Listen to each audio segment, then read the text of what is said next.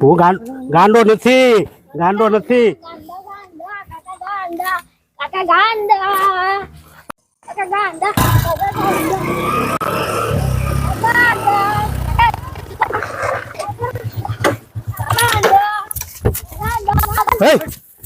બોલો શું કરે છે? ગાંડો નથી. અરે સાહેબ આ કોણ છે? ગાંડા નથી ભાઈ, આ સાહેબ છે. સાહેબ છે. હું નાનો હતો ને તારા જેવરો, આ સાહેબે મારી સ્કૂલની ફી ભરી હતી. મારી સ્કૂલની ફી ભરી સાહેબે, અને મને ભણી ગણી આઈસ ઓફિસર બનાવ્યો. આઈસ ઓફિસર બનાવ્યો હું તારી એમના પ્રતાપે. આ ગાંડા નથી, સાહેબ છે બેટા. કઈ વાંધો નહીં. મારો એવો થઈ ગયો ને કે બધા ગાંડા છે દીકરા.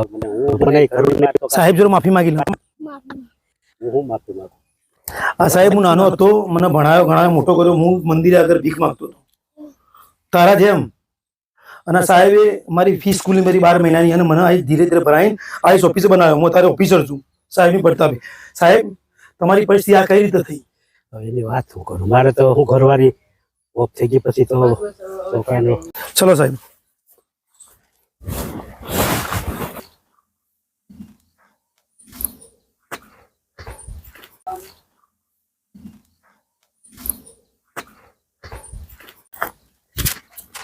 હવે તમારી સાહેબ આ પરિસ્થિતિ કઈ રીતે થઈ? મારી ઘરવાળી મરી ગઈ પછી તો શું થયું? પછી દીકરાની વહુ આવી. તમને જ ખબર છે અટાણે કઈ ગઢા માણા તો હસવાતા નથી. બરાબર. પછી સાહેબ આગળ?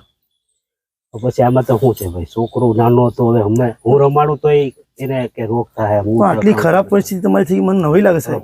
તમારા પ્રતાપે જો તમે, હું અત્યારે મારા સામે જો, હું અત્યારે ઓફિસર બની ગયું તમારા પ્રતાપે, અને તમારી પરિસ્થિતિ આ રીતની. સારું કહેવાય તો કઈ સારા કામ, એ સારા કામ તો કર્યા ને. ભલે ને મારો છોકરો તો મેં સારું કામ કર્યું, તમે મારો છોકરો નથી. તમે હવે તમે સાહેબ કોઈ ચિંતા કરતા નહીં. આજથી તમે મારા ઘરે રહેજો, મારા જોડે રહેજો. તમે મારા ઘેર ને મારા જોડે રહેશો. કોઈ પરિસ્થિતિ કોઈ ચિંતા કરવાની જરૂર નહીં. ચલો મારા ઘેર, અને તમને મારા ઘરે રહેજો. તમારું જ ઘર સમજો, મારું નહીં, તમારું જ છે. તમારા લોહીનો સંતાન નથી પણ બોલું ને સાહેબ, જો હું તમારું લોહીનો સંતાન નથી, પણ તમે તમારા જે ઋણ છે ને મારામાં, જે ઋણ તમે મારા ઉપર કર્યા હતા, એ શાંત એના ઋણ મારા ચૂકવવા છે. એટલા માટે હું તમને મારા જોડે રાખીશ. આખી જિંદગી હું તમને સાચવીશ. તમારી દવા દારૂ જે પણ હશે હું કરાવીશ સાહેબ. બરાબર? આપણું ઘર છે સાહેબ.